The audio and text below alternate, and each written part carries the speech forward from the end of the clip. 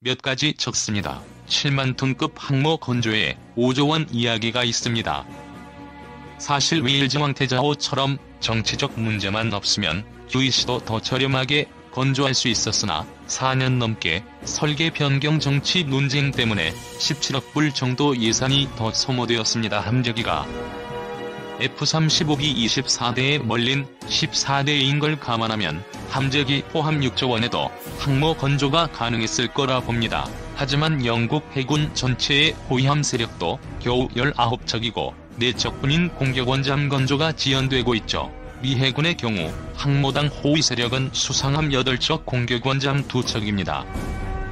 영국은 증기 터빈 기반 사출기 항모 시대를 연 나라입니다만 사출기도 장비하지 않았고 설계 당시에 슈퍼호넷 STOBAR 제한도 없었기에 F-35B로 함재기를 정하면서 브링백 성능 적착륙 시 무장 회수 성능을 위해 12도 경사 스키램프를 선택했습니다. 이를 통해 12도 경사갑함이라는 신기술을 창시했고 STOV1 항모로 가면서 증기 생산이 필요 없어지고 전기모터 추진 방식을 택함에 따라 연도를 2개로 분리해 2개 함교 구조 항모를 창시한 국가가 되었습니다. 다만 맞바람 조건을 위해 조타시 조타함교와 항공기 관제함교 간 의사소통이 지연될 가능성이 있다는 비판이 있습니다. 이 구조는 2차 대전 시 아크로열 항모가 연돌에 어뢰를 맞아 엔진실이 침수되면서 침몰한 경험을 반영한 것입니다.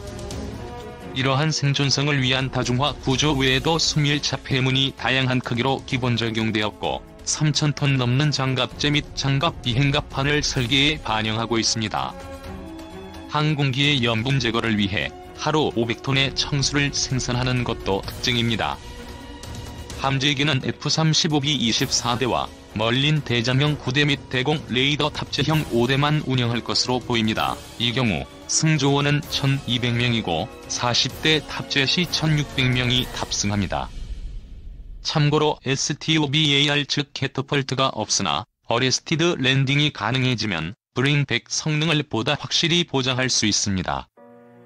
참고 1. 영국의 90년대 설정한 36대 함재기 탑재 시 작전 요구 성능 즉 1일 소티 생성률 즉 5일간 396소티를 수행할 무장과 연료 8,600톤을 탑재. 이기에 항공기 리프트를 통해 분당 2대씩 활주로로 이동 가능하다고 하죠. 참고 3. 엘리자베스급은 미 해군이나 프랑스 해군과 연합작전을 설계사상으로 하고 있어 항모 호위의 대공 대잠 대함 함대 방어를 크게 의존하고 있으나 자함 방어 관련 우리 해군의 작전 요구 성능에 따른 별도의 자함 방어 체계를 별도로 구성할 필요가 있습니다. 영국의 경우 상부 장갑과 주요부 장갑만 적용했고 선수 장갑과 측면 장갑은 빠져 있는데 이 또한 추가 검토 요함. 또한 영국은 RTKD GPS, LAAS JPALS, 매직 카페트 등 착함 지원 기술을 설계에 반영하지 않았으나 우리의 경우 추가적인 검토가 필요하다고 봅니다. 참고 4. 영국은 기계식 레이더 기반 조기 경보 헬기를 채택했으나 지상 발진 웨딩 EED를 채택해도 연근해 작전을 기본으로 할 경우 조기 경보 헬기보다 더 넓은 조기 경보를 제공할 수 있을 것으로 봅니다. 헬기 기반 조기 경보 레이더가 상황인식 범위가 고정입 터보제트 기반의 절반 수준이고 향후 4만 피트급 순항 헬기가 개발되면 그 기반 조기 경보 헬기가 출현할지는 미지수입니다. 참고 5. 영국은 미국과 다른 기술로 F-35B 이착함을 위해 정기적으로 내열분 제도장 TMS 교체하는 리피트 공사를 해야 합니다. 즉 내열 비행갑판 포장 기술을 반드시 이전받아야 합니다. 또한 홀리스틱 디지털 트윈 쉽 디자인을 호주처럼 요구해서 건조기간을 4년 내로 단축해야 합니다. 호주의 경우 T-26 설계를 도입하면서 해당 기술로 설계도를 이전받은 바 있습니다. 참고 6. 36억 불짜리 45,000톤인 LHA 아메리카처럼 더 짧고 스키점프대가 없는 개조 항모함의 경우 24대 이상의 F-35B를 탑재합니다. 한화디펜스의 K9 자주포는 국방과학연구소와 한화디펜스가 10년에 걸쳐 1998년 독자 개발한 제품이다. 압도적인 화력과 높은 기동성 및 생존성을 갖추고 있다. 최대 사거리 40km의 장거리 화력 지원, 실시간 집중 화력 제공을 위한 15촌의 빠른 발사 속도, 분당 최대 6발의 사격 능력의 사막에서 설원까지 다양한 작전 환경에서 운용이 가능한 장비다. K9 자주포는 압도적인 성능을 인정받아 전 세계로 수출되고 있다. 스톡홀름 국제평화연구소에 따르면 2000에서 2017년 세계 자주포 수출 시장에서 K9 자주포는 48%를 차지했다. 한화 디펜스는 2001년 한국 방산업체로는 최초로 터키와 현지 생산 공급 계약을 체결했다. 이후 폴란드, 인도, 핀란드, 에스토니아, 노르웨이와 수출 계약을 맺는 성과를 거두었다. 현재까지 600여 문이 수출됐다. 글로벌 방산업체들이 어려움에 처한 가운데 한화 디펜스 K9 자주포 생산 및 수출은 차질 없이 진행되고 있다. 인도의 경우 41문 추가 납품을 예정보다 빠른 지난 3월 완료했다. 한화 디펜스 창원 사업장에서는 노르웨이 수출 물량 등이 순조롭게 생산 중이다. 폴란드, 핀란드, 에스토니아 등 계약 물량 수출 작업도 차질 없이 이어지고 있다. 한화 디펜스는 또 자주포와 장갑차 등 사람이 운용하는 다양한 기동 전투 체계를 무인화하는 기술을 연구, 개발하고 있다. 현재 방위사업청 방산기술지원센터가 주관하는 기동체계 원격 무인화 기술 개발 사업의 핵심 기술 연구에 참여하고 있다. 무인화 자주포가 실제 전력화될 경우 기동전투체계 전투력 향상은 물론 아군의 생존성이 대폭 강화될 전망이다. K9 개량형과 중장기 성능 개량. K9 자주포, 노르웨이 자주포 사업. Q. K9 자주포의 수출 현황과 전망은 어떠한가? A. 터키와 폴란드, 인도에 이어서 노르웨이다. 노르웨이 육군의 자주포 사업에서 유력한 후보였던 독일의 PZH-2000 자주포와 프랑스의 세자르 자주포는 탈락하였으며 스위스 알리에지의 M109 개량형 자주포와 한화 테크윈의 K9 자주포가 선정되었다.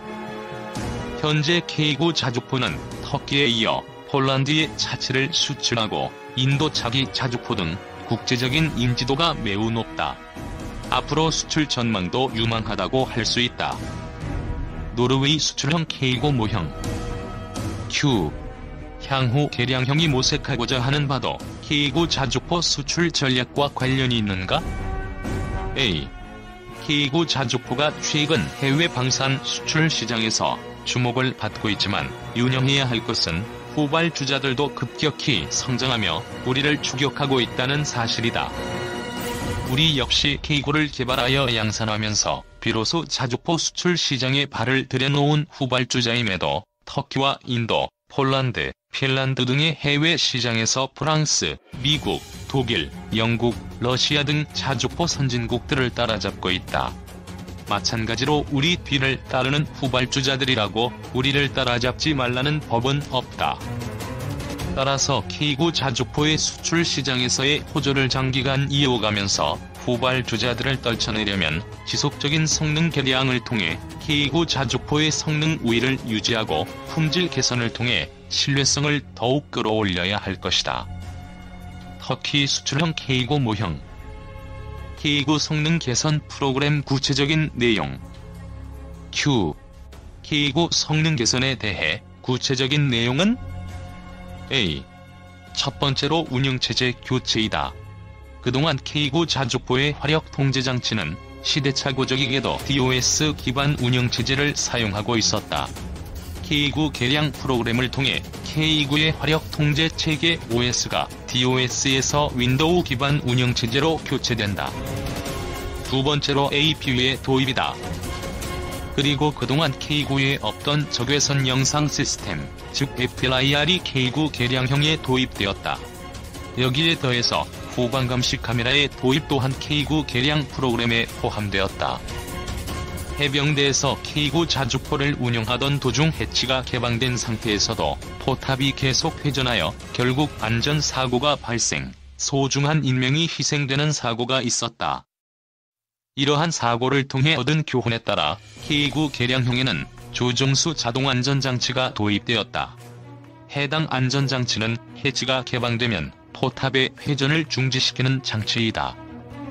이외에도 기존의 관성항법 장치에 GPS가 추가되면서 위치 확인 장치와 운용재원 수집 장치의 신뢰성이 강화되고 정밀도가 더욱 향상되면서 더욱 정확한 사격 재원 산출이 가능하게 된다는 점 역시 K9 개량형의 중요한 개선 사항이다. 폴란드의 차체가 수출된 폴란드형 155mm 자주포 모형 Q. 노르웨이 K9에 대한 세부 사항 공개도 가능한가? 아울러 폴란드, 인도의 K9에 대해서도 핵심적인 내용은 A. 노르웨이의 FCS는 한국의 K9의 FCS와 전반적으로 많이 다르다. FCS는 K9 개량형의 FCS와 함께 노르웨이 국산 사격 지원 체계인 오딘이 통합된다. 오던뿐만 아니라 무전기 등도 노르웨이 정부 지정 관급품이 탑재되며 노르웨이가 독자적으로 개발하여 운용하는 사격 지휘 체계와 연동될 것이다. K9 개량형 프로그램 일부도 노르웨이 K9 VIDAR에 반영되는데 구체적으로는 K9 개량형의 FCS와 전후방 카메라 등이 VIDAR에 채용된다. 인도가 도입할 K9 베지러티 또한 인도 국산 구성품이 다수 도입되는 인도형 K9이다. 인도 육군의 지휘 통제 체계와 연동이 될 것이며 인도 국산 155mm 탄이 사용될 것이기 때문에 인도 국산탄의 재원을 반영한 탄도 계산을 위해 FCS를 새로 개발 통합이다. 인도 국산품은 넙탄 적재 장치와 내부 환경 제어 장치, NBC 방호 장비 등의 채용이다. 그리고 인도의 K9는 기본적으로 곡사화기인 K9의 직사사격 능력이 부여되는데 이를 위해 직사포경이 인도 육군 K9 장착이다. ABU는 인도 K9 베지러티 사업에서 큰 비중을 차지하는 부분이 아니기 때문에 인도 육군의 선택을 그대로 반영하는데 어려움이 없다. 알려진 바와 같이 폴란드는 K9의 차체를 도입하여 그들의 KRAB 자주포의 포탑과 결합하였다. K9의 차체와 KRAB 포탑을 호환하기 위해 K9 차체와 KRAB 차체의 연결, 구동 부분이 재설계되었다. 포신 잠금 장치 또한 KRAB의 포에 맞추어 재설계되었다. 재설계를 할 때 단순히 포탑과 차체의 호환뿐만 아니라 폴란드 육군이 요구하는 성능을 물리적으로 구현할 수 있도록 설계하였다. 예를 들어 우리 육군의 K9는 포탑의 구동과 포의 부양각 제어가 자동화되어 있으나 폴란드의 K9, KRAB 자주포는 폴란드군의 요구에 맞추어 이를 수동화하였다. FCS 또한 이에 맞추어 통합이 되었다. KRAB 사업이 결정된 시점에는 아직 K9 개량형 프로그램이 만들어지지 않았다. 따라서 KRAB에는 아직 개량형 사양이 적용되지 않았다. 그러나 북유럽 제한 사양에는 K9 개량형 내용 일부와 도입국 독자적인 요구 사안이 반영된다. K9 자주포 시험 평가는 인도와 노르웨이, 스웨덴뿐만 아니라 매우 다양한 국가에서 이루어졌다.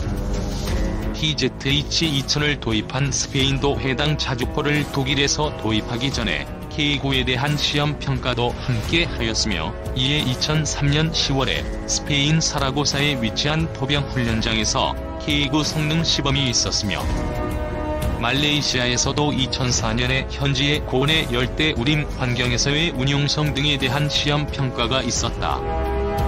한때 AS9이라는 명칭으로 호주 육군에도 K9 자주포가 제안된 적이 있으며 이 때문에 호주에서도 2010년 4월에 K9 현지 시험 평가가 시행되었으며 여기에는 엑스칼리버 정밀유도 포탄 사격 시험도 포함되었다. 엑스칼리버탄 시험 사격에서는 전체적으로 호주 육군의 요구 성능을 충족하는 만족스러운 결과를 얻었으며 특히 압력과 가속도 요구 성능을 충족시켰다고 한다. 결국 무산되기는 했지만 호주에 제한되었던 K9인 AS9은 네이토형 FCS가 통합되고 가스 용량이 증대되고 피스톤 강도가 증대되는 등의 개선이 이루어진 고용량 유기압 현수 장치가 탑재되는 등 대대적인 성능 개선이 이루어진 모델이었다. AS9은 이외에도 전장관리 시스템과 RWS 등 다양한 호주 정부 지정 관급품이 채용되고 대전차 지뢰방호 등 방호력 증대 솔루션까지 채용되는 등 호주 측의 요구가 광범위하게 적용된 그야말로 호주형 K9였다.